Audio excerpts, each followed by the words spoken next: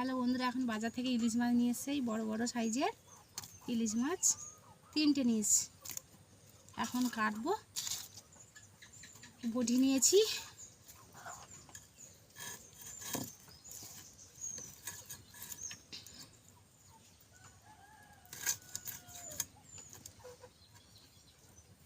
এখন মাছগুলো কেটে নিচ্ছি।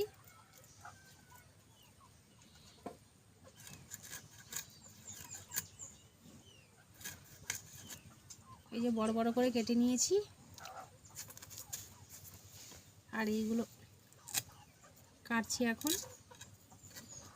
দেখাই এখানে।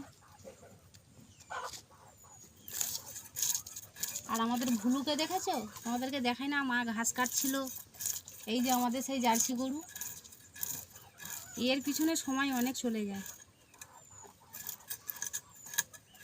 সারাদিন এর পিছনে কাটতে হয়।